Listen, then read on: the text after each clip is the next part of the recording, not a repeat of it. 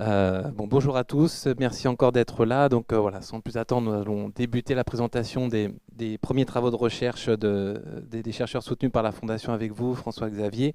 Je vais revenir sur la genèse de votre recherche, parce que vous avez conduit avec d'autres chercheurs que je vais citer dans un instant, une recherche initialement intitulée «Projet de recherche sur le dispositif La Croix-Rouge chez vous, écoute et livraison solidaire», dont l'origine diffère de la plupart des recherches soutenues par la Fondation, parce que vous n'avez pas répondu à un appel. La Fondation lance des appels à bourse de recherche très régulièrement au cours de l'année.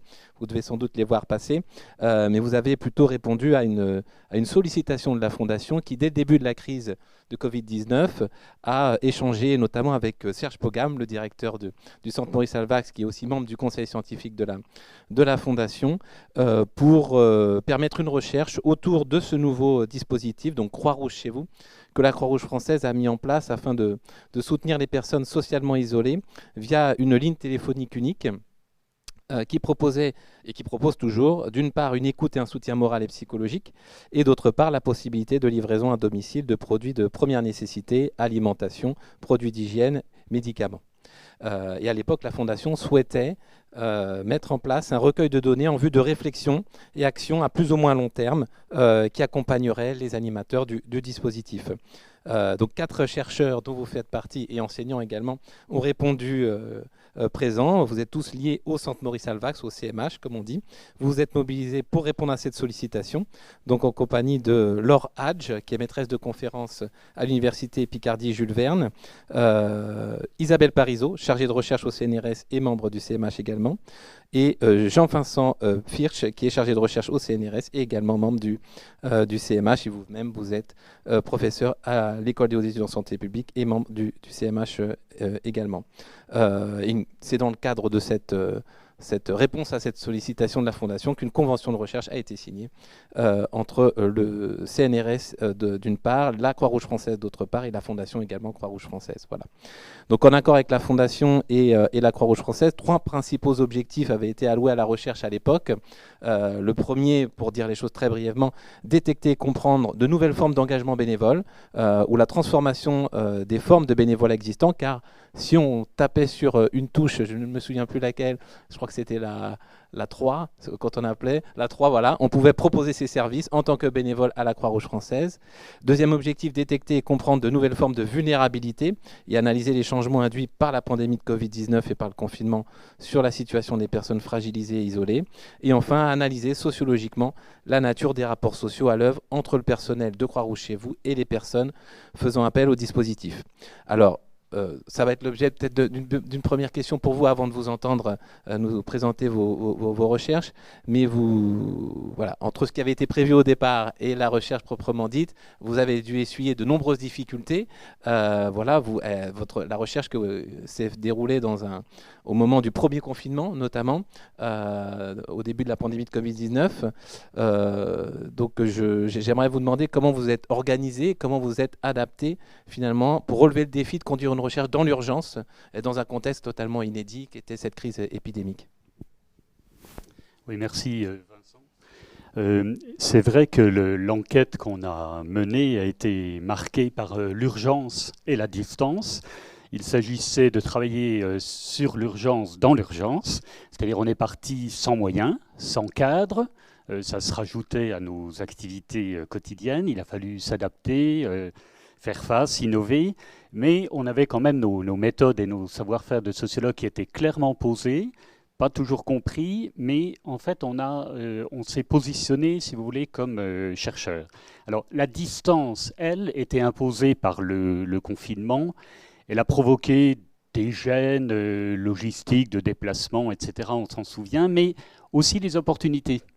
Et nous n'avions jamais travaillé ensemble, les 4 chercheurs, et en fait, ça a été, je dirais, une modalité nouvelle. On a fait beaucoup de visioconférences avec des complicités, de l'humour, une interconnaissance un peu nouvelle, en fait, et puis des ajustements constants. Alors, ce que nous avons fait, c'est que nous avons travaillé surtout sur la plateforme téléphonique à Montrouge, la plateforme d'écoute avec des observations des bénévoles écoutants sur différentes plages horaires qui étaient inaugurées par un briefing et puis closes par un débriefing, j'y reviendrai rapidement. Et donc ce qui nous intéressait, c'est de comprendre non seulement le parcours des bénévoles, les expériences vécues, mais aussi les supports de l'orientation des appelants, et puis aussi la gestion des paniers solidaires, j'y reviendrai. Alors il a fallu négocier l'accès au terrain, il y a eu des freins, parfois une certaine méfiance qui nous ont conduit finalement à réorienter la recherche, c'est-à-dire qu'on avait l'ambition d'essayer de mieux comprendre de nouvelles formes de vulnérabilité, c'était un petit peu ce dont nous étions convenus. En fait, ça n'a pas été vraiment possible. En revanche, ça a été impossible d'écouter par exemple les appelants. Ça a été très difficile aussi d'objectiver le profil des personnes qui appelaient. Mais ces freins ont été pour nous heuristiques parce qu'ils nous ont permis de mieux comprendre en fait une institution et ses acteurs. Et puis, au-delà de la plateforme, nous avons été aussi dans des unités locales. Et là, on a pu voir, je dirais, les équipes des unités locales en œuvre avec là une autre difficulté qui était finalement la faiblesse de l'activité proprement Croix-Rouge chez vous, hein, j'y reviendrai, c'est-à-dire que les unités avaient différents répertoires, en fait, un répertoire assez fourni d'activités. Croix-Rouge chez vous, c'était un nouveau dispositif et qui avait quand même un peu de mal de temps en temps à émerger ou à vivre en tant que tel. Voilà. Oui, vous avez été embarqué dans un nouveau dispositif innovant et qui chamboulait effectivement l'organisation de l'institution. Tout à fait. Oui. Merci. Je vous prie de rejoindre maintenant le pupitre où vous allez nous présenter les principaux résultats de votre recherche, donc, que vous avez conduite entre 2020 et 2021. J'en profite pour remercier tous les animateurs de Croix-Rouge chez vous, ainsi que le pôle mesure d'impact social aussi de la Croix-Rouge française, avec qui nous avons beaucoup échangé durant cette recherche, au stade de développement de Croix-Rouge chez vous que vous avez étudié, mais aussi au nouveau stade aussi, puisque le dispositif est toujours actif en dehors des périodes épidémiques. Voilà, nous vous écoutons. Merci beaucoup. Donc pour présenter quelques résultats, je serai très bref. Je m'en tiendrai au fait au thème de cet atelier, à savoir le lien social, sachant que Bénédicte Bonzi parlera cet après-midi des bénévoles auprès desquels on a travaillé également. Alors pour ce qui est du lien social, une première remarque peut-être, c'est que le dispositif Croix-Rouge chez vous a été déployé en activant différents types de liens. Sur la plateforme, d'abord, les bénévoles écoutants ont été en lien direct avec le public demandeur, souvent en détresse, et beaucoup de ces bénévoles écoutants ont été désarçonnés en fait, par la diversité des situations, les formes de vulnérabilité des personnes, avec des fragilités de liens, voire des formes de désocialisation. Les écoutants ont été soutenus sur la plateforme, notamment par des superviseurs. Ils ont été familiarisés, finalement. Ils se sont familiarisés avec un monde que beaucoup ne connaissaient pas, grâce au débriefing en fin de séquence où il était possible de revenir sur les difficultés, une forme de décharge émotionnelle, etc. Sur le terrain, donc les unités locales, les liens existants entre les acteurs Croix-Rouge et les acteurs locaux ont été très importants pour expliquer le déploiement ou non de Croix-Rouge chez vous. Il y avait des systèmes d'action locaux qui étaient favorables ou non.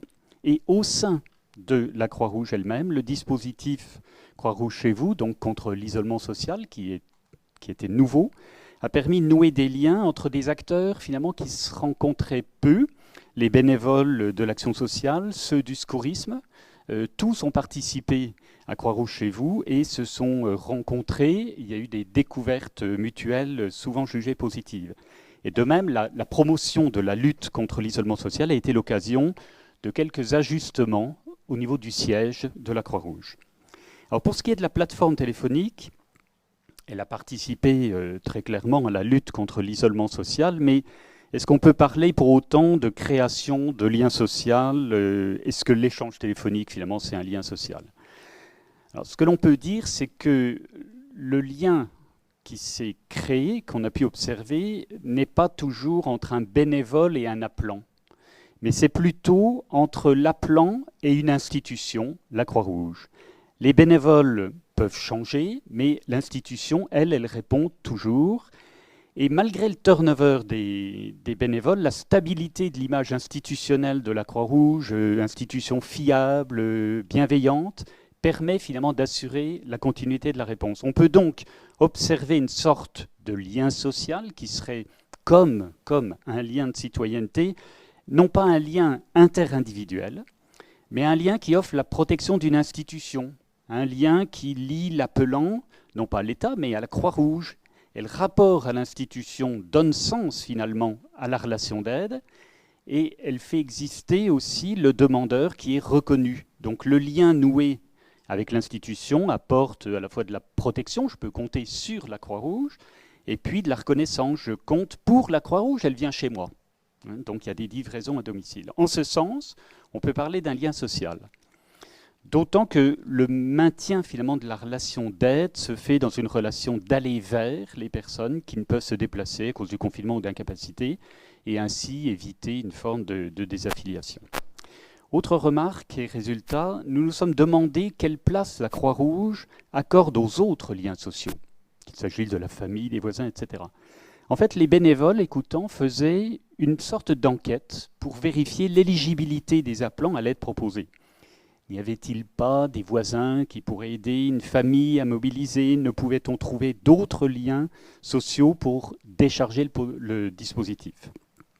Plus fondamentalement, et dans l'esprit d'une lutte contre l'isolement social, l'une des fonctions données à Croix-Rouge chez vous était d'activer autant que possible des liens sociaux potentiels qui auraient été négligés ou de réactiver des liens d'entraide ou de sollicitude qui auraient pu être disponibles.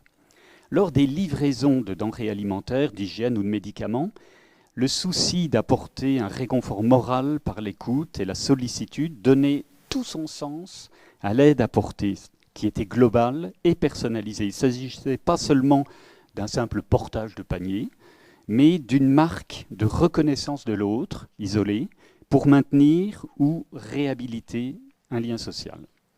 Toutefois, et j'en terminerai par là, le lien social qui était la finalité finalement du nouveau dispositif Croix-Rouge chez vous n'est devenu l'objet de ce dispositif que dans un deuxième temps. Parce que au début, la plateforme a été submergée d'appels pendant les premières semaines, et ces appels étaient ceux de gens en détresse, en situation de grande précarité. Et finalement, les services sociaux étaient fermés, les Restos du Cœur aussi, d'autres associations, en sorte que Croix-Rouge chez vous a dû suppléer ces manques et a maintenu le lien d'aide alimentaire. La Croix-Rouge s'est substituée pour partie, finalement, aux services sociaux et aux aides d'urgence. Et ce n'est que dans un deuxième temps, quand les solidarités locales ont repris leur activité, que la question du lien social à préserver ou à créer est devenue centrale pour CRCV. C'est ce que évoquait Vincent avec notamment les entretiens de convivialité. Alors pour autant, plusieurs équipes d'unités locales ont souligné finalement combien la crise Covid leur avait fait découvrir un nouveau public. Par exemple, des jeunes en couple et en grande situation de précarité, pas que des personnes âgées isolées. Or, cette question du lien social était nouvelle à la Croix-Rouge et il était parfois difficile aux bénévoles de la situer par rapport aux autres activités de la Croix-Rouge.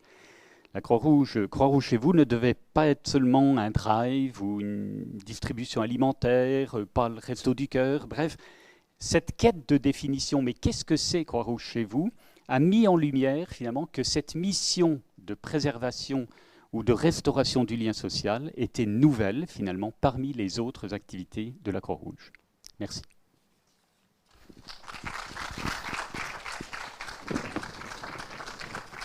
Merci François-Xavier. Je pense vraiment que votre recherche illustre très bien tous les défis qu'une association comme la Croix-Rouge ou d'autres doivent relever quand ils se fixent comme objectif dans un contexte aussi particulier de venir en aide aux personnes socialement isolées.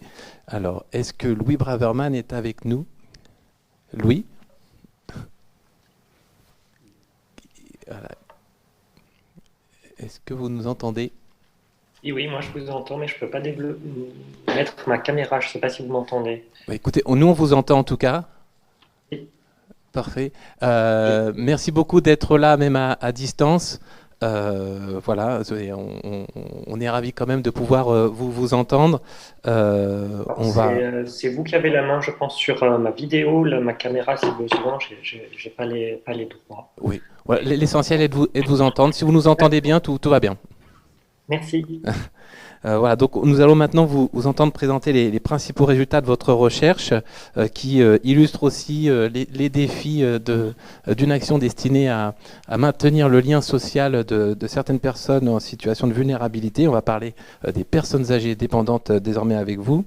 Et votre recherche soutenue par la Fondation s'intitule Les dispositifs renforcés de soutien à domicile, quels apports à la lutte contre l'isolement ? Son objectif, c'était d'interroger la façon dont des dispositifs de type EHPAD hors les murs, comme on les appelle, ou EHPAD à domicile, répondent aux défis de la lutte contre l'isolement social des seniors à travers l'étude de Vivre à la maison, vivre@la maison, anciennement appelé EHPAD@DOM, si je me trompe, le dispositif de la Croix-Rouge française qui offre un accompagnement renforcé à domicile pour les personnes âgées de plus de 60 ans. Alors quelques mots peut-être sur ce dispositif avant d'échanger ensemble. À l'instar d'autres dispositifs de ce type, Vivre à la maison propose des services externalisés et une prise en charge renforcée devant permettre d'assurer le maintien à domicile des personnes âgées. Son objectif, c'est de permettre à ces personnes âgées en situation de perte d'autonomie, qu'elles soient physiques ou cognitives, de rester vivre chez elles en renforçant la place du libre choix et en s'appuyant sur 3 principaux socles.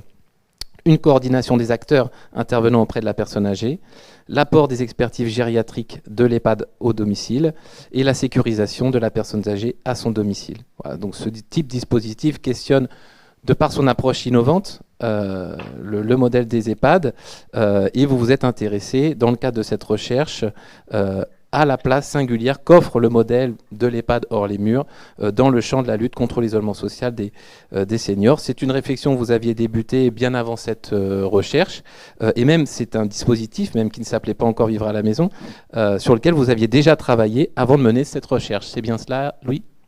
Oui, c'est ça. Donc avant de travailler avec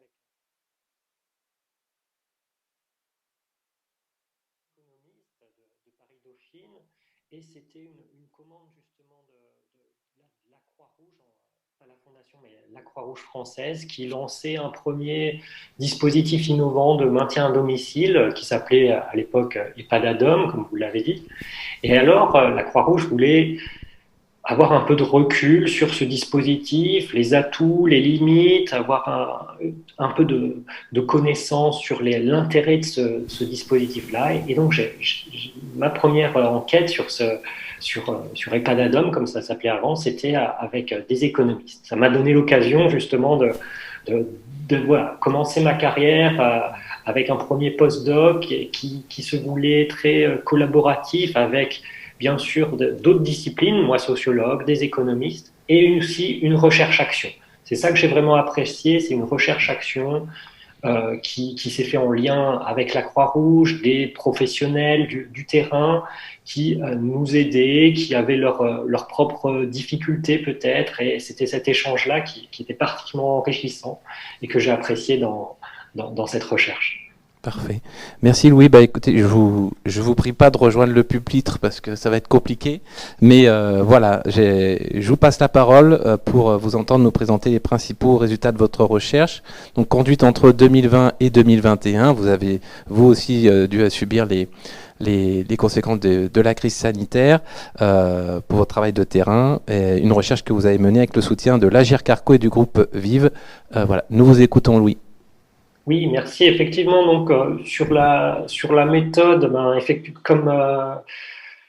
comme ça a été dit, voilà, des petites difficultés liées au contexte, mais je remercie vraiment la Fondation Croix-Rouge pour le soutien apporté à mon enquête, qui m'a quand même permis de faire donc l'étude de ces dispositifs-là, qui s'appellent souvent EHPAD hors les murs, ou alors dispositifs renforcés de maintien à domicile, EHPAD hors EHPAD, vous avez même plateforme de services, EHPAD nouvelle génération, une pluralité donc de termes. Et moi, je me suis principalement intéressé à Vivre à la maison. Alors, Vivre à la maison, on l'a dit, mais vous l'avez dit Vincent, mais globalement c'est un dispositif qui vise à accompagner les personnes âgées dans leur domicile ordinaire avec un niveau de prise en charge renforcé, voire proche d'un EHPAD. Donc ce type de dispositif s'appuie sur un EHPAD bien souvent, mais le périmètre d'action n'est plus limité à l'institution, d'où la dénomination que j'emploie EHPAD hors les murs.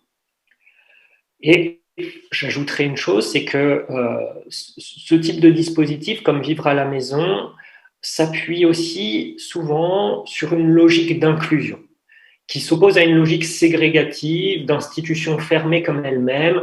Donc vous connaissez bien sûr les critiques qui sont faites à l'EHPAD, la critique de la déshumanisation des soins, des risques que l'institution fait peser sur l'isolement, sur le lien social. Voilà, autant de critiques qu'on connaît. Et donc, ces dispositifs-là proposent une diversité de services, comme par exemple Vivre à la maison propose des services à domicile, des aides à la vie quotidienne, une astreinte infirmière de nuit, une plateforme de téléassistance, des transports entre le domicile et l'EHPAD, des dispositifs à domicile, mais aussi à l'EHPAD.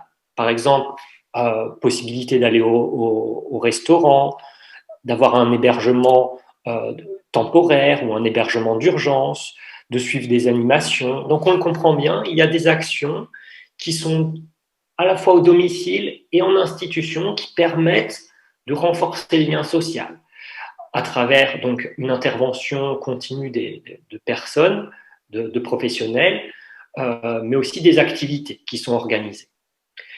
Et donc, ces dispositifs-là, comme Vivre à la maison, sont porteurs de promesses. Ils sont porteurs de promesses et notamment par rapport à leur action contre l'isolement social et donc pour essayer de faire développer, renforcer le lien social. Ça, c'est un premier point sur lequel je voulais insister. Et donc, pour lutter contre l'isolement, ce qui est intéressant de garder en mémoire, c'est que Vivre à la maison et plus largement les dispositifs de type EHPAD hors les murs ont une action qui est à 3 niveaux, qui prend place à 3 niveaux. Au niveau de la promotion de la santé, de la prévention de la santé et au niveau du soin. Vous voyez, ce n'est pas un dispositif qui se limite seulement aux soins, ça va aussi en amont du soin, et notamment grâce à des partenariats, grâce à des collaborations avec d'autres institutions du territoire.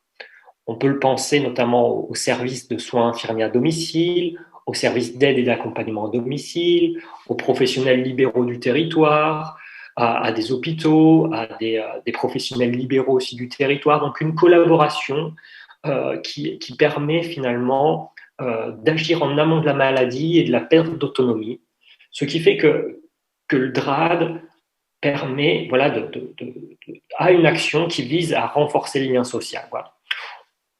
Je rejoins un peu la présentation précédente en disant qu'effectivement que le lien social ici, il est en lien avec l'institution, à savoir la Croix-Rouge. Donc c'est quelque chose qui ressort vraiment des résultats. Seulement, face à tous ces atouts par rapport à la lutte contre l'isolement, il y a un défi. Un défi sur lequel je voulais insister, c'est la question des proches. La coordination, pour garantir le maintien à domicile, suppose bien souvent quand même une implication soutenue des proches. Autrement dit, la place des proches est parfois toujours très forte. Les proches peuvent d'ailleurs occuper une place qui s'apparente à celle d'un care manager. Les proches réalisent des tâches très concrètes mais invisibilisées. Ça peut être planifier des aides et des soins, assurer le lien entre les différents professionnels, gérer les démarches administratives, passer chez le médecin pour obtenir des ordonnances, etc. Donc, on comprend bien qu'il y a certaines difficultés qui sont toujours présentes et donc ce modèle de type EHPAD hors les murs ou DRAD laisse courir le risque de renforcer l'investissement des proches dans la coordination. Et donc, voilà, je voulais juste mettre l'accent sur l'importance des des proches, dans le lien social et surtout dans la thématique du vieillissement. Voilà, merci.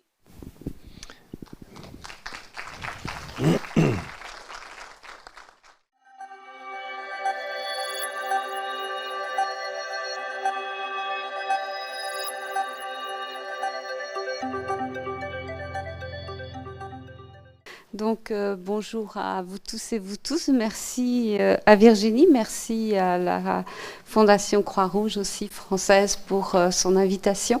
Donc, je vais commencer à animer cette table ronde sur le thème de l'action humanitaire au défi du maintien du lien social relié pour mieux agir. Donc, merci à nos invités aussi. Donc, je vais faire d'abord une précaution avant de lancer le débat, une précaution d'usage pour que nous soyons bien tous au clair. Donc, l'idée, c'est que le propos qui va suivre dans cette table ronde est un propos de réflexion. Donc, il n'y a pas l'idée de juger le travail des uns et des autres, quel qu'il soit. L'idée est plutôt d'apprendre des expériences et d'apprendre des regards des uns et des autres. Il considère aussi, alors même si quelquefois je pourrais évoquer les personnes âgées ou autres, il considère en fait toutes les personnes en situation de grande démunition, donc qui sont au cœur des débats et des actions notamment de la Croix-Rouge, en grande détresse sociale, donc que ce soit d'ordre physique, mental, social, etc. Et ce, indépendamment de leur lieu de vie, de leur couleur et de leurs appartenances. J'insiste beaucoup sur ces idées-là. Donc, qu'il s'agisse des mères isolées, des familles pauvres, des personnes souffrant d'un handicap ou autres. Donc, je voudrais encore évoquer une autre précaution d'usage, parce qu'on a déjà préparé et fait déjà une première discussion. Donc, je ne ferai pas ici de distinction nord-sud, ou sud-nord, ou est-ouest. Je parlerai parce que dans mon idée, le dialogue des expériences et des analyses, des difficultés et des faiblesses rentrées ici ou là-bas constitue la base même de notre vivre ensemble. Donc, gardons à l'idée, et je reprends un petit peu ce qui a été évoqué par le président de la Fondation Croix-Rouge ou de la Croix-Rouge française, du tous semblables et tous différents. Donc, je voudrais insister sur cette idée notamment. Alors, ici, donc, je ne vais pas revenir sur la question du lien social, de sa définition, elle a été largement évoquée tout à l'heure, et je ne vais pas non plus revenir à l'idée de l'aide humanitaire, donc ici, on va la prendre dans son sens le plus large possible, d'aide à l'humain en tant que tel. Mais deux questions sont centrales pour cette table ronde, c'est comment agir sur le lien social, et puis pouvons-nous créer ou recréer du lien social. Donc une même logique a déjà été antérieurement évoquée, notamment par les recherches qui étaient proposées et puis par nos deux intervenants préalables, c'est l'aller vers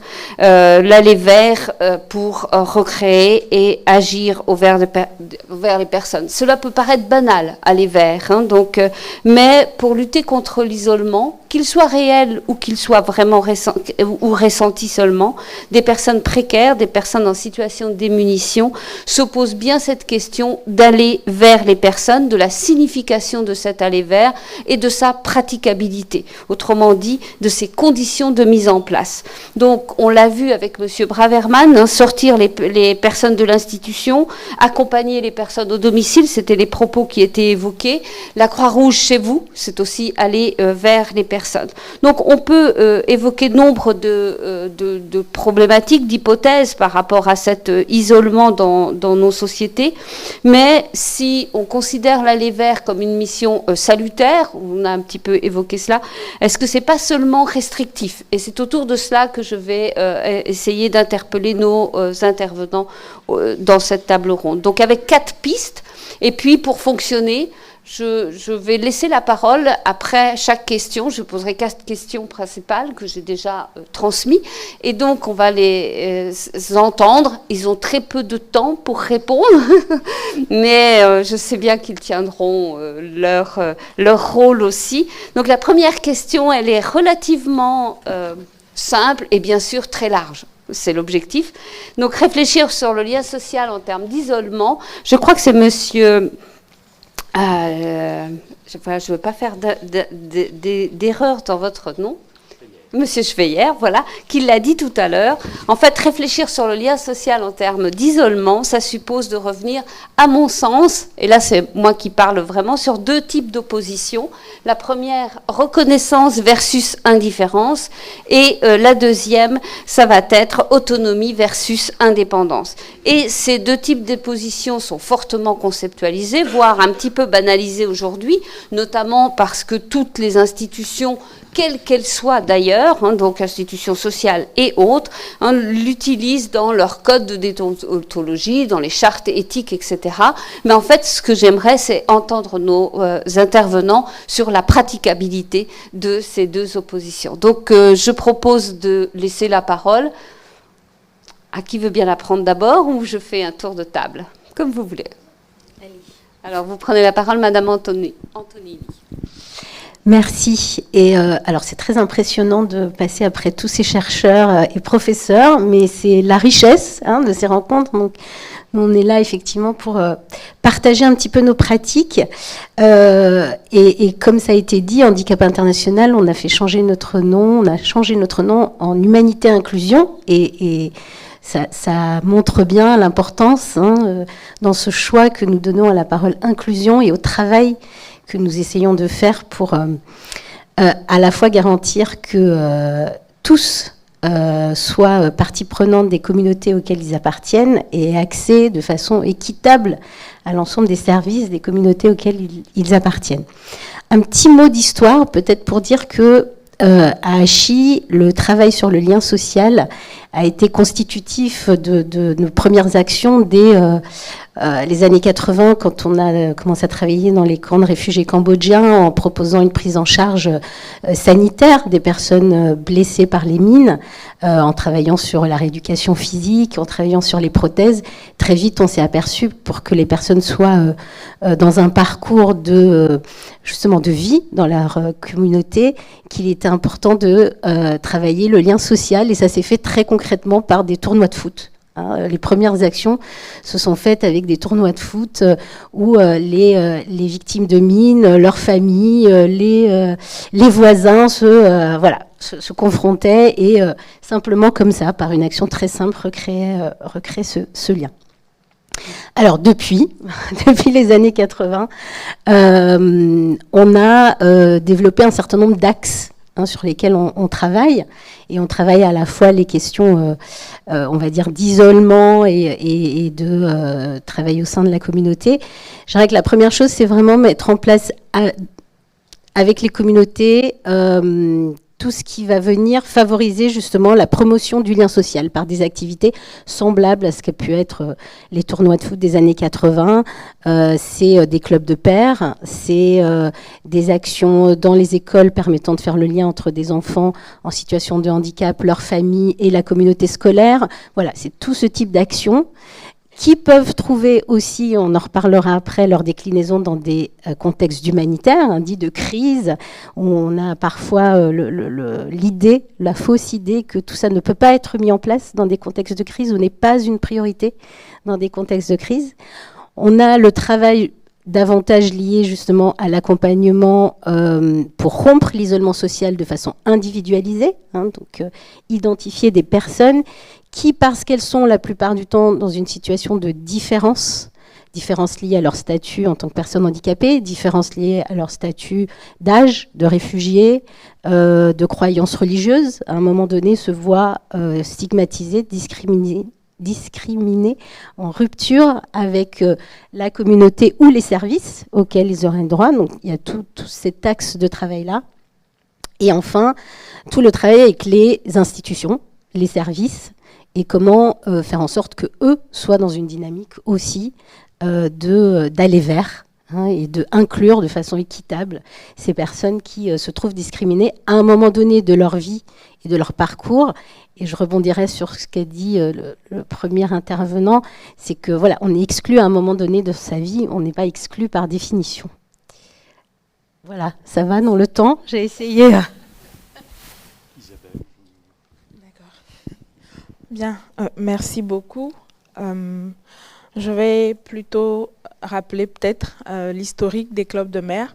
Tout a commencé avec les réfugiés qui étaient venus de l'Est et de l'Ouest du Togo, du Ghana et du Bénin, où les femmes réfugiées ne se retrouvaient pas, juste parce qu'ayant perdu un certain nombre de proches et dépendant totalement de l'assistance humanitaire.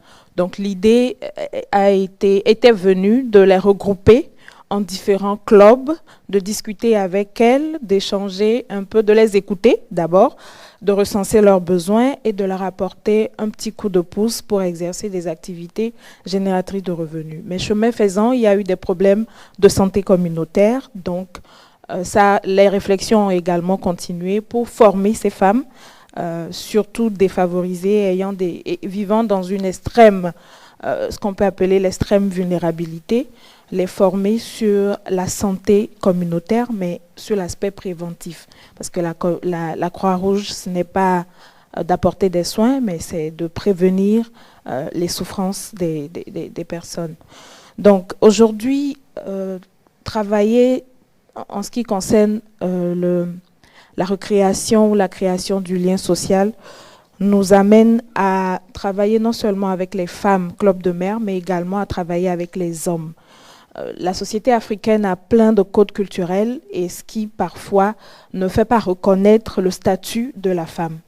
Donc pour nous, aider ces femmes à pouvoir bénéficier de microcrédits pour exercer des activités, les former sur la santé préventive pour éliminer un certain nombre de maladies que vivent, enfin, les maladies des enfants à bas âge. Au Togo, par exemple, il y a beaucoup de maladies à potentiel épidémique, comme le paludisme, le choléra, les maladies diarrhéiques. Donc ces femmes analphabètes, bien sûr, qui n'ont aucune idée de ce qu'il faut faire pour prévenir les maladies et qui vont plutôt utiliser le peu de ressources dans l'apport de soins, sont vraiment formées. Et ça permet de travailler, de recréer, comme on dit, les liens entre eux. D'abord, c'est du peer support, mais également, ça amène les hommes à s'intéresser à ce qu'elles font. Et ce qui nous a amené à créer des clubs de pairs. Je rejoins Madame de HI. Chez nous, ça s'appelle les papas champions. Donc, c'est de reconnaître le modèle de père de ces enfants dans la communauté et de pouvoir discuter de tout et de rien. Donc, l'autre axe sur lequel nous intervenons, c'est avec les jeunes, puisque c'est la Croix-Rouge. Nous travaillons sur le don de sang. Et du coup, toutes ces catégories de groupes nous amènent à discuter, à faire des dialogues parents et enfants sur tout ce qu'il y a comme problème de la communauté. Donc voilà les axes sur lesquels nous travaillons pour créer ou travailler sur le tissu social. Merci.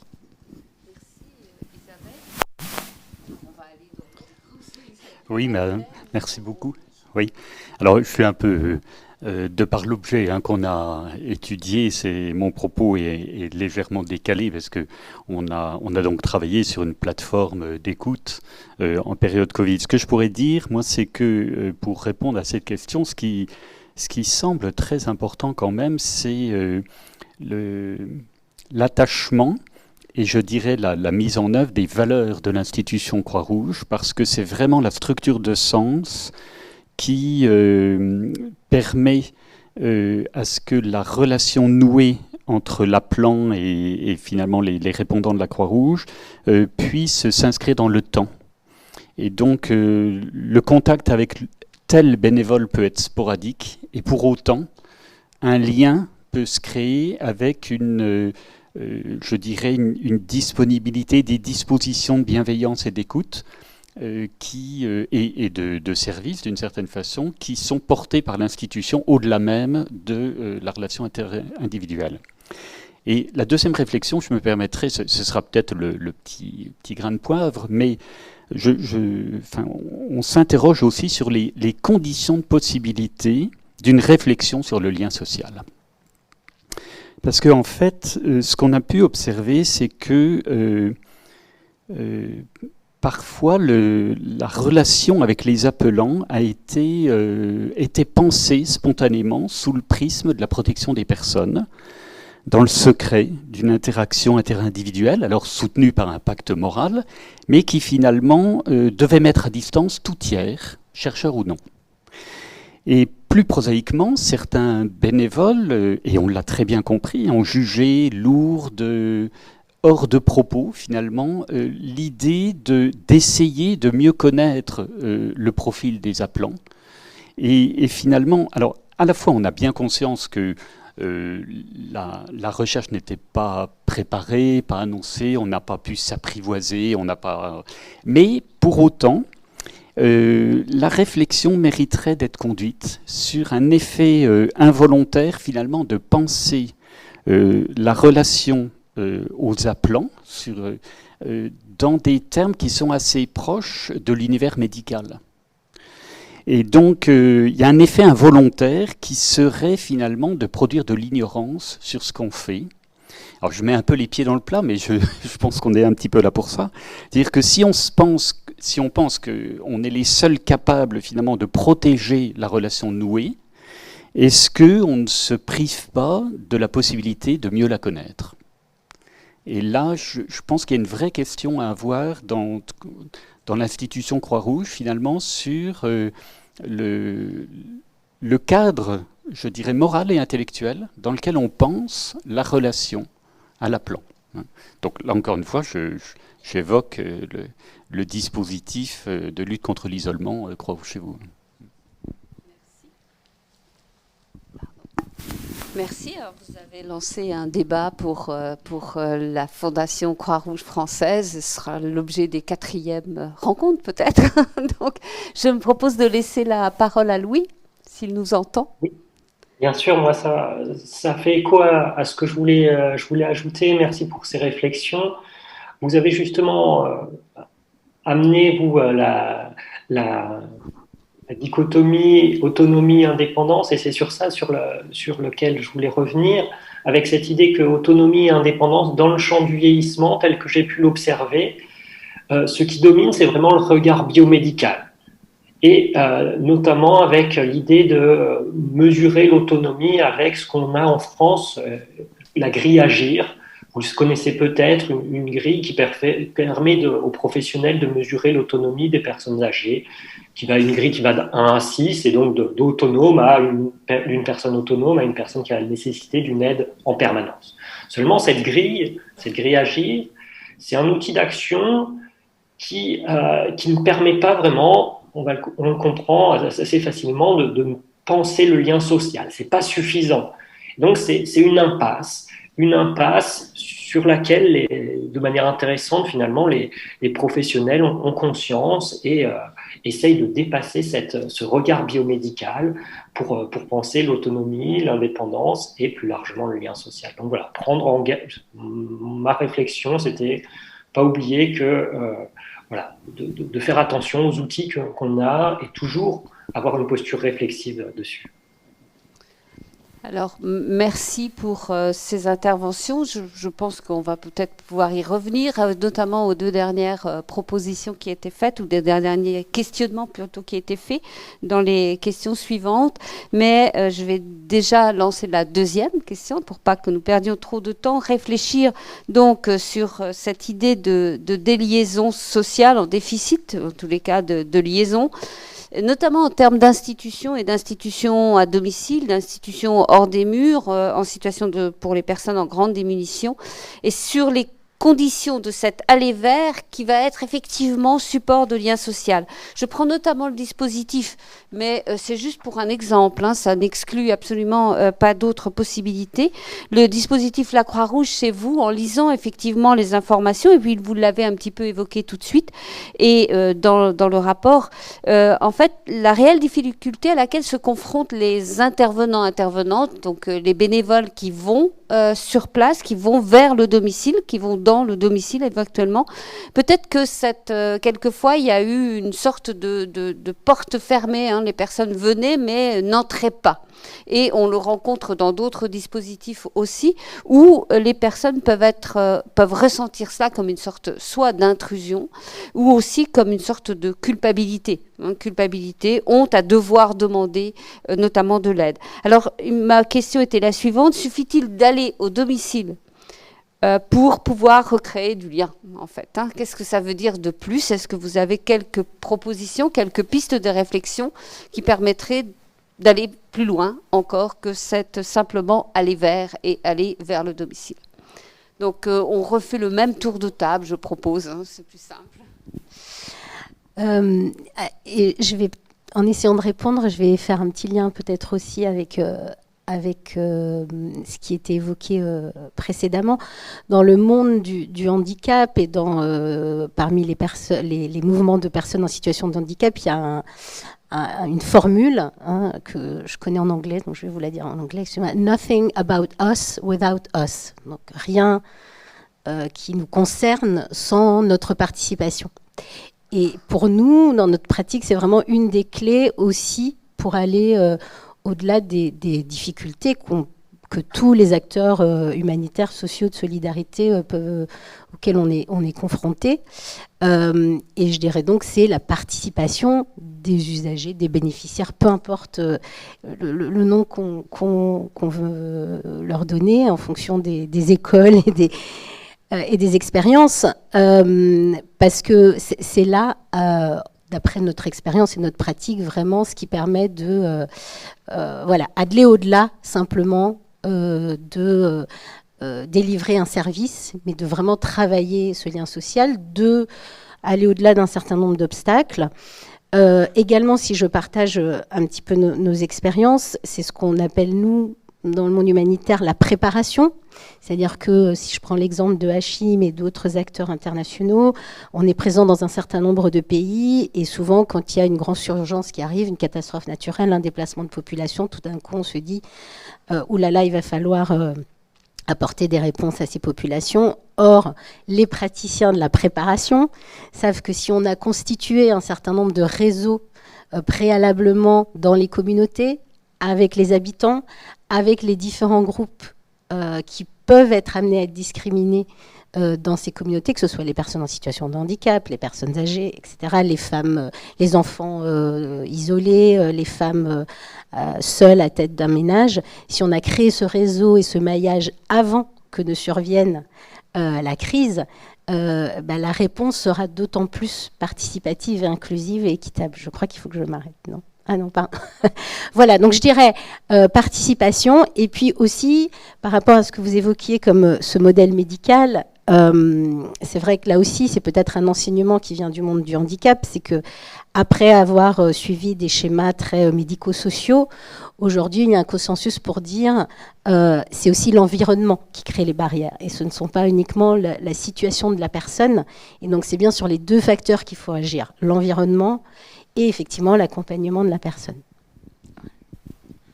Juste pour vous dire au niveau du temps qu'on va devoir clore la table ronde, donc à 11h30 pour laisser à l'assistant, au public, le temps de poser des questions. Vous pouvez en ligne, vous êtes 40 en ligne, tout à fait poser vos questions sur le chat qu'on relaiera, et peut-être juste un commentaire aussi suite à ce que vous aviez dit, François-Xavier, sur cette question de cet engagement de morale et presque de cette exclusivité du lien. Il y a quand même la question des données qui pose un problème et qui est très complexe aujourd'hui, avec des nouvelles normes, et du fait que c'est quelque chose qui est très aussi complexe à gérer pour les organisations, je pense, et que c'est un débat qui ne fait que commencer aussi sur cette possibilité de s'ouvrir, et comment et à quelles données.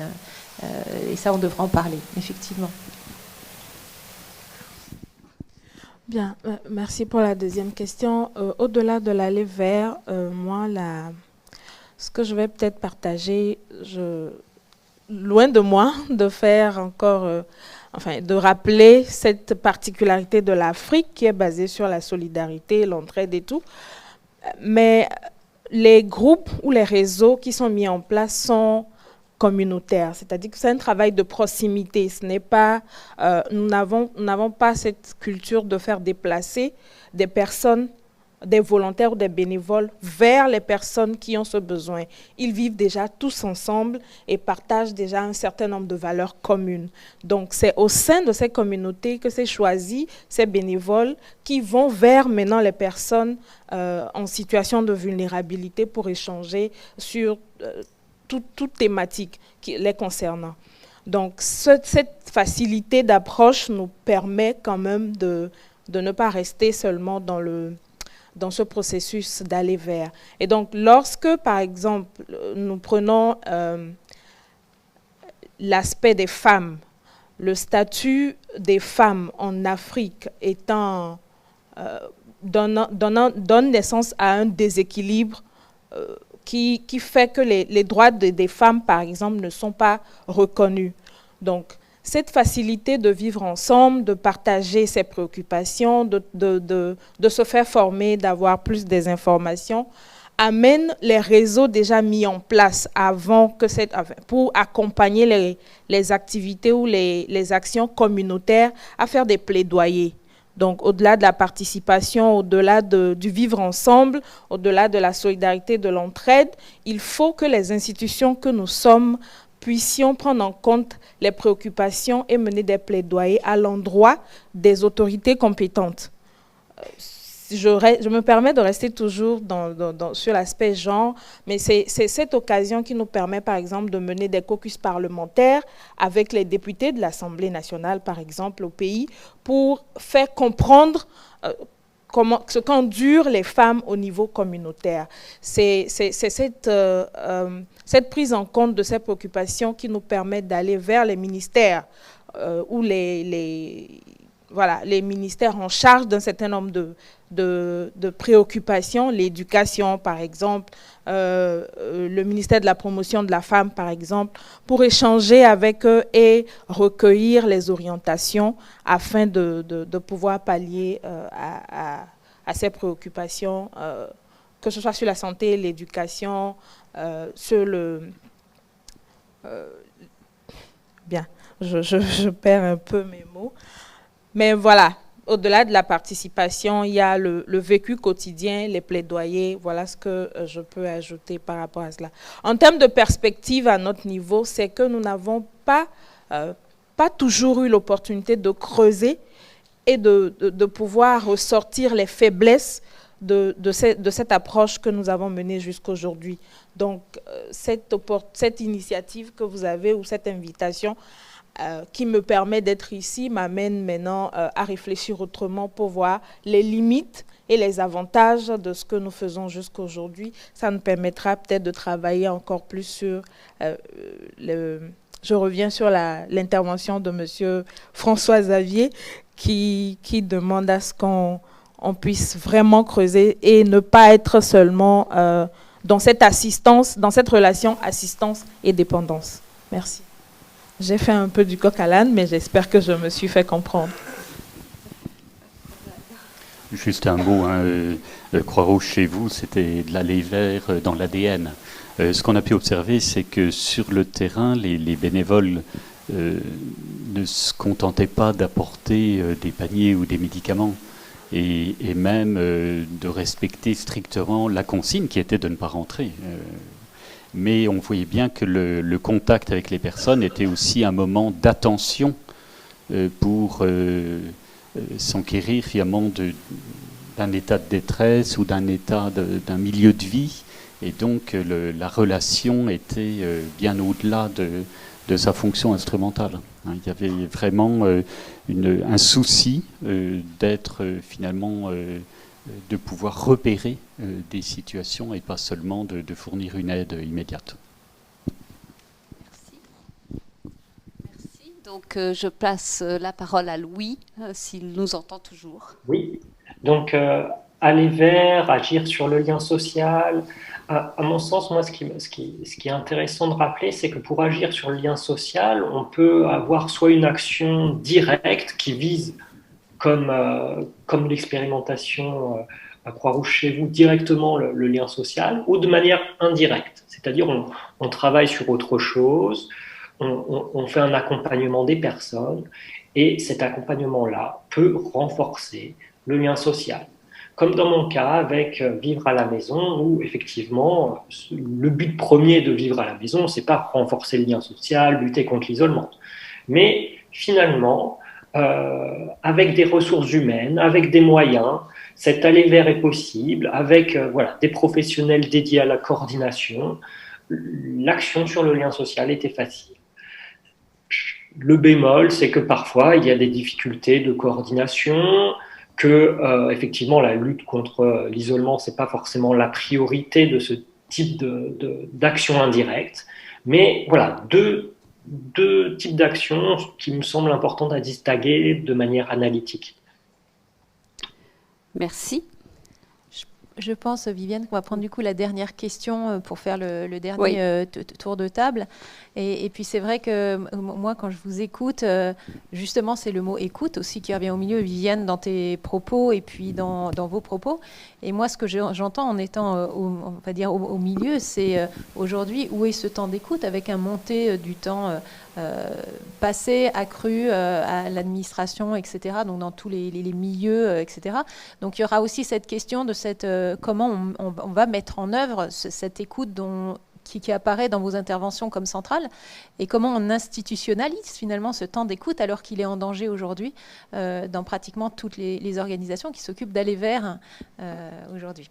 Donc, je te laisse le choix de la dernière question, Viviane, avant qu'on passe aux questions. Un grand débat, mais je vais rebondir sur le temps d'écoute, en fait, en proposant comme peut-être dernière question, et je crois que ça a été évoqué déjà, mais comme ça vous permettra peut-être de rebondir sur la proposition de Virginie et d'approfondir.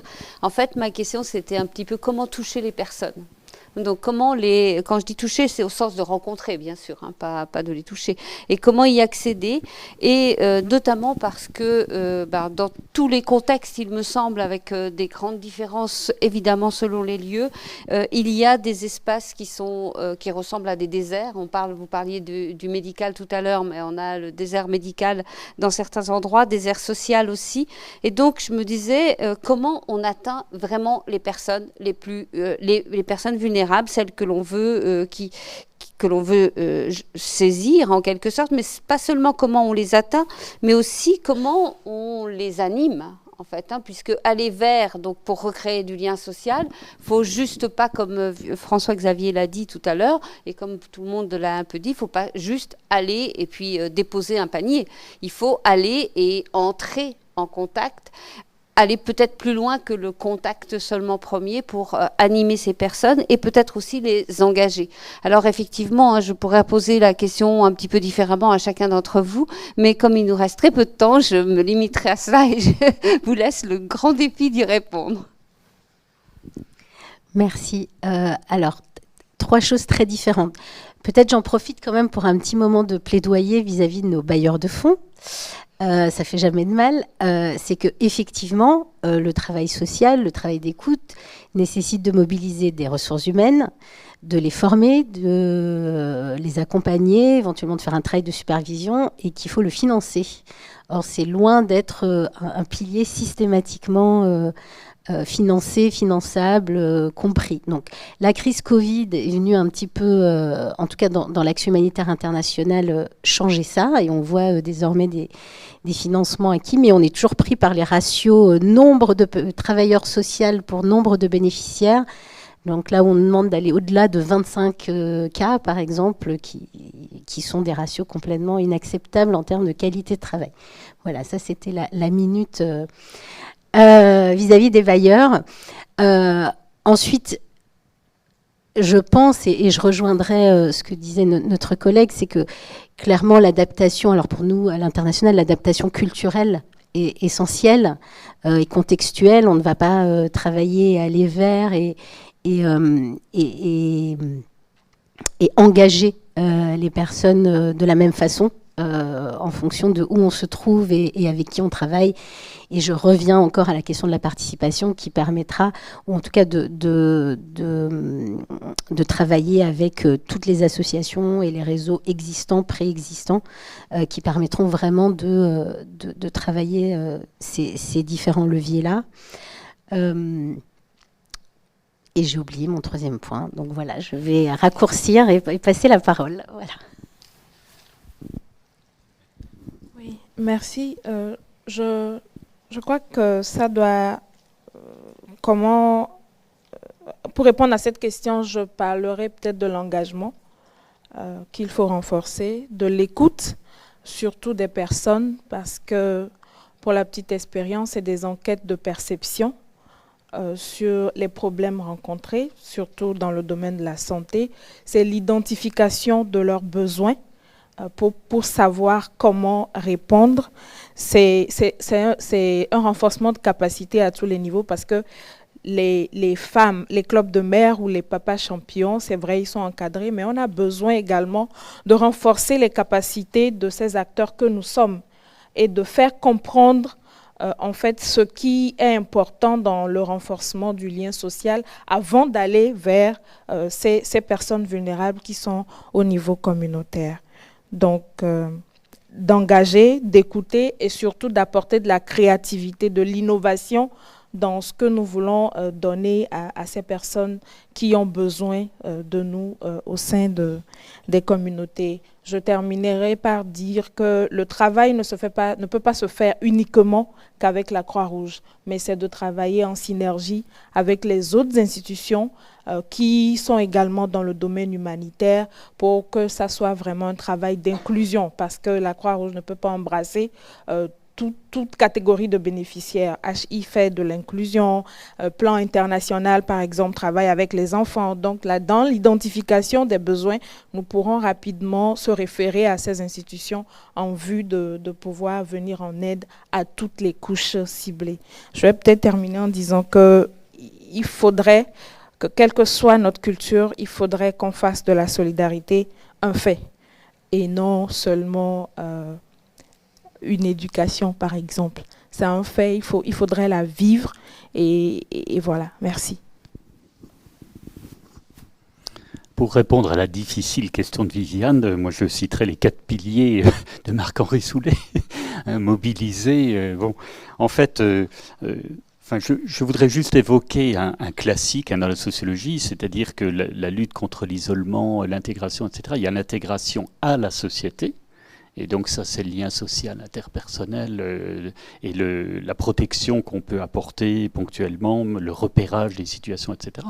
Et puis, il y a l'intégration de la société. Et ça, c'est tout le travail que vous avez évoqué spontanément, de mise en visibilité, de plaidoyer, etc. Et ce que vous dites très justement, ce n'est pas à telle ou telle association, mais peut-être une mobilisation pas seulement des individus, mais d'une prise de conscience partagée au sein de la société pour changer les normes, lutter contre le déni de reconnaissance et pas seulement protéger à court terme.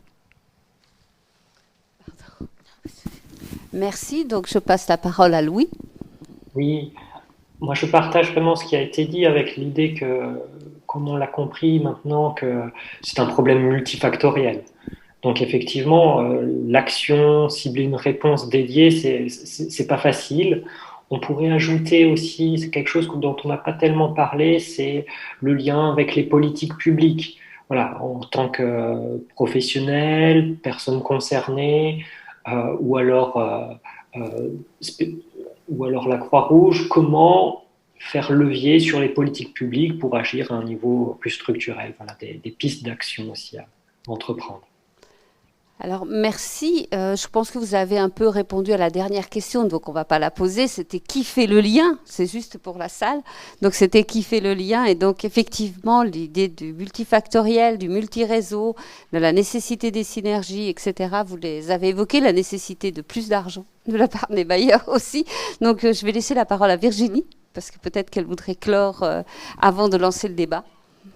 Non, je pense qu'on va poursuivre le débat avec le public. Je vois que ça commence à bouger en ligne avec nos participants. On a Camille qui va nous aider à faire une synthèse des questions et des commentaires. Donc Camille, je propose que tu viennes nous rejoindre peut-être. Et puis en même temps, on prendra 3 questions dans la salle. Donc je propose que peut-être tu nous poses une petite série de commentaires ou de questions côté en ligne et qu'on enchaîne avec 3 questions dans la salle. Comme ça, nos intervenants pourront répondre à l'une ou l'autre question selon leurs souhaits. Oui, donc en effet, on a eu plusieurs commentaires en ligne. On a vraiment des personnes, beaucoup de personnes africaines notamment, qui sont très intéressées et qui sont là et qui nous suivent. Donc on avait une question, enfin 2 questions même notamment, de Clovis Ossibi, qui est en master coopération internationale et diplomatie humanitaire à l'université Henri Dunant d'Abidjan. Et donc, il était intéressé à savoir quelles réflexions on pouvait vraiment dégager de l'expérience de la Croix-Rouge française lors de la pandémie de Covid-19 en France. Et sa seconde question, c'était comment renforcer les liens sociaux avec le soutien du CICR dans un contexte de guerre en Ukraine. Bon, ça va être difficile en 2 minutes.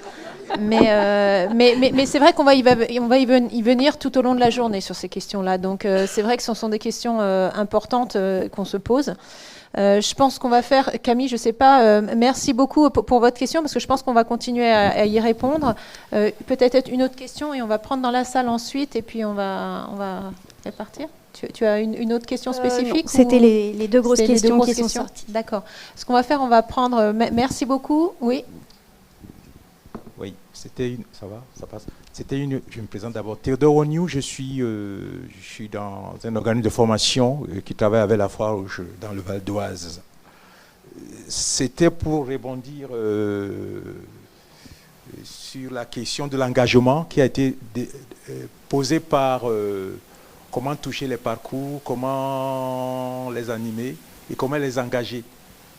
Et ça m'entraîne justement à poser la question de l'intervenante, Madame Aokou, qui parlait justement qu'il formait les analphabètes. Il formait les analphabètes. Et du coup, je vais encore aller plus loin en faisant du transversal, puisque le professeur Schweizer, c'est ça, Schweizer a posé le problème de l'ignorance, produit de l'ignorance.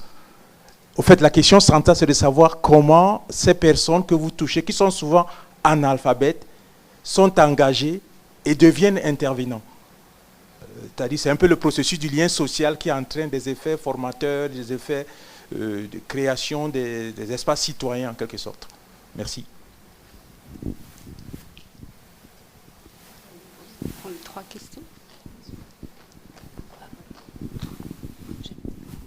Je vais peut-être... allez-y. C'est moi qui commence, finalement. Bien, merci. Moi, c'est Adanga Serge Magloire. Je suis doctorant à l'IMA FEHS, études politiques, droit et philosophie. Eh bien, à vous entendre parler, vous vous focalisez plus sur le lien qui doit se renouer entre la Croix-Rouge et les personnes qui ne sont plus, qui ont des liens carrément rompus. Mais il y a un autre aspect de la chose que je semble ne pas constater dans vos travaux, dans les travaux, c'est qu'il y a des liens qui n'existent plus, des personnes qui sont isolées du fait qu'il y a des problèmes avec la famille, les membres de la famille. Est-ce que la Croix-Rouge fait un effort pour renouer des liens entre la famille ou entre les différentes classes sociales ou machin? Je prends un exemple en Afrique, il y a des personnes qui sont rejetées, qui n'ont plus de liens sociaux, juste parce que ces personnes sont accusées de sorcellerie. Est-ce que la Croix-Rouge peut venir, en ce moment-là, essayer de réconcilier les personnes isolées d'autres personnes qui les ont rejetées? C'est de voir, est-ce que la Croix-Rouge peut faire un effort dans ce sens également?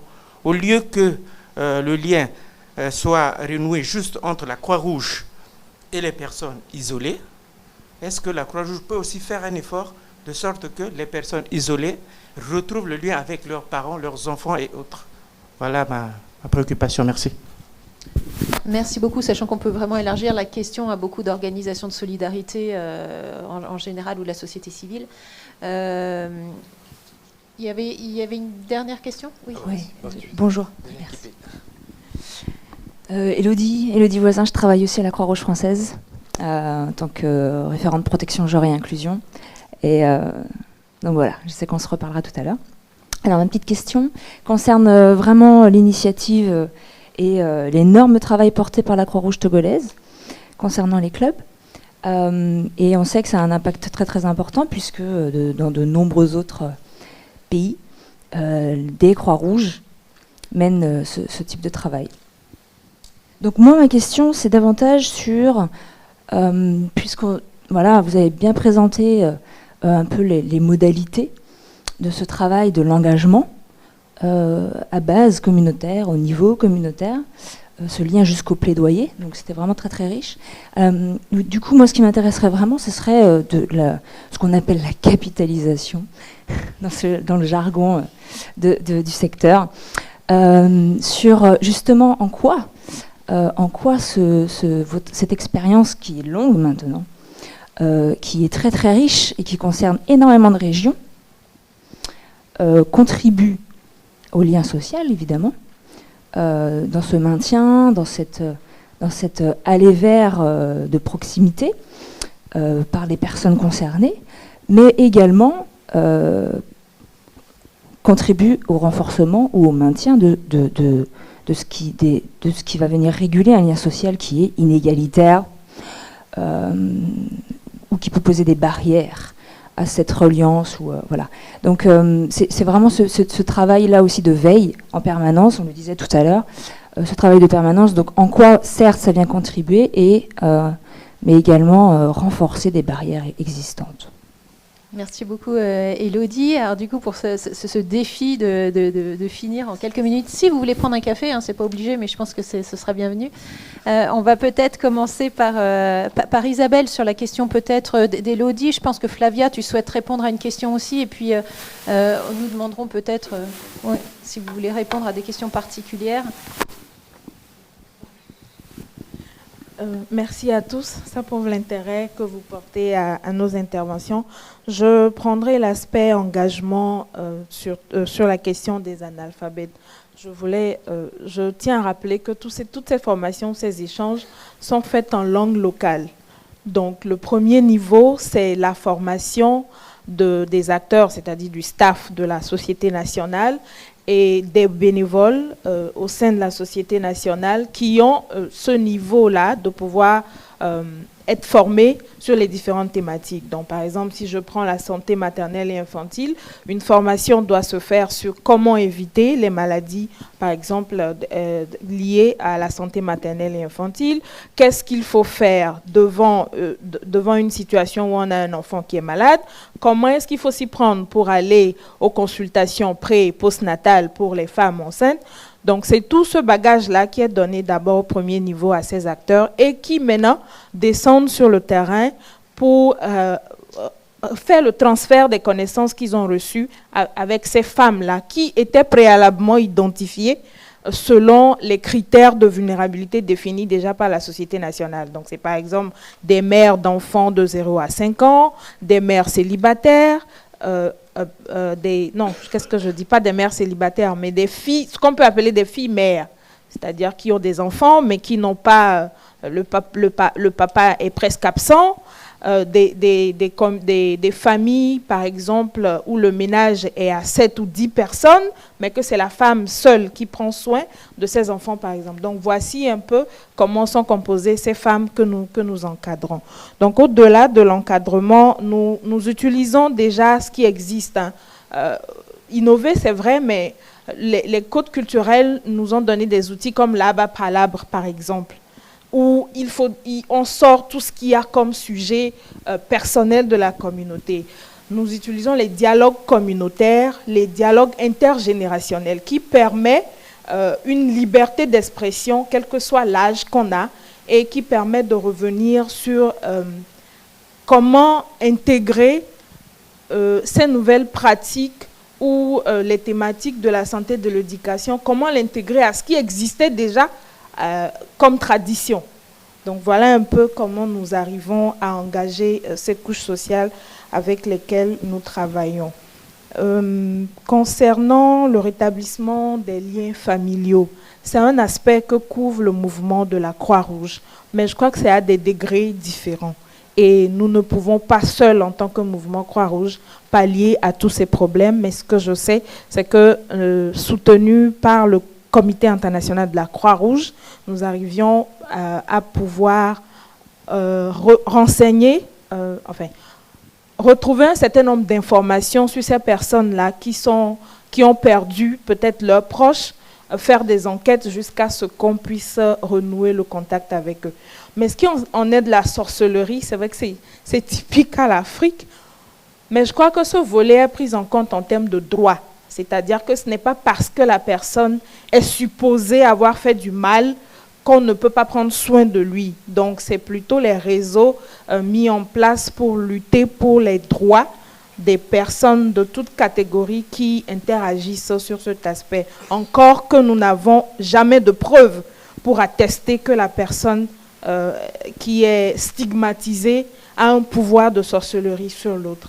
Donc, voilà un peu comment nous interagissons sur ces problèmes-là. La Croix togolaise a eu l'avantage d'être dans des réseaux différents qui interagissent sur ces aspects. Donc, nous n'hésitons pas à faire appel lorsque cela s'impose à nous, surtout à travers des projets des droits humains, par exemple.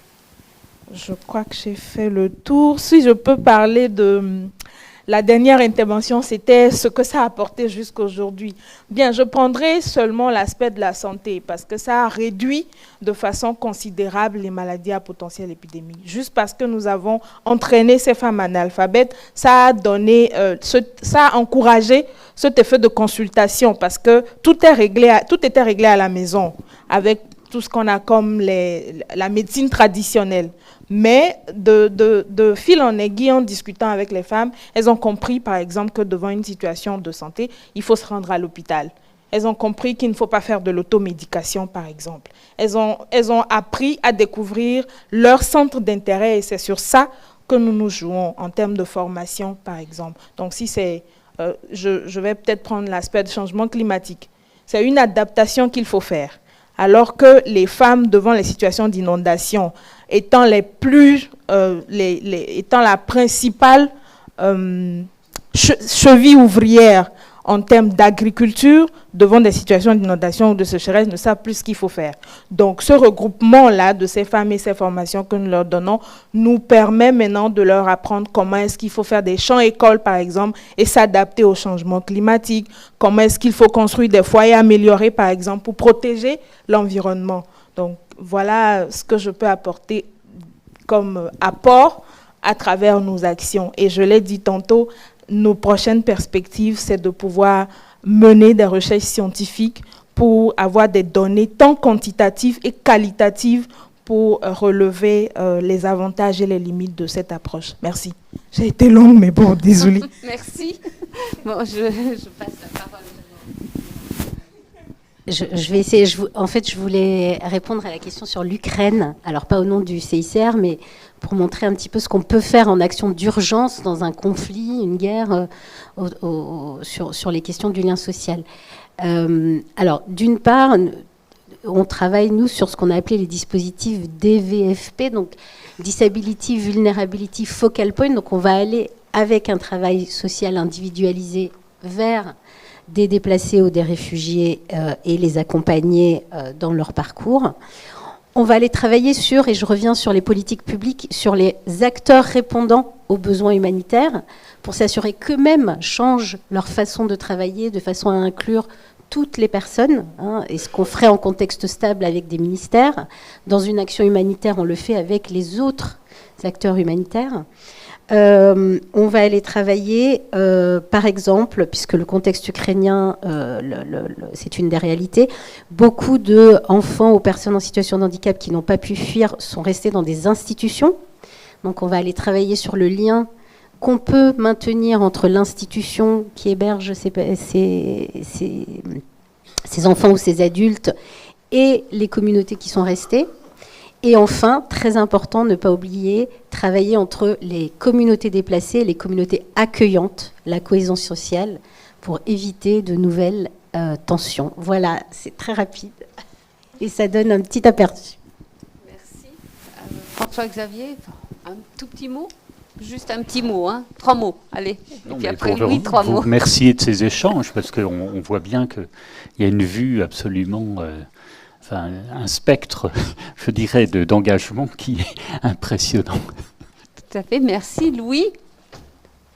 Oui, moi, ce que je retiens, c'est la nécessité de réflexion sur les actions et donc de travail, de mettre en lien les sciences sociales avec les acteurs de la solidarité. Donc, merci la Fondation et la suite va nous intéresser particulièrement. Alors, je propose de clore. Je vais laisser la parole à Virginie, mais merci à vous tous et à vous toutes pour les questions posées à distance et puis pour les questions posées dans la salle. Merci à nos intervenants. C'était effectivement très riche et ça ouvre beaucoup de perspectives de réflexion.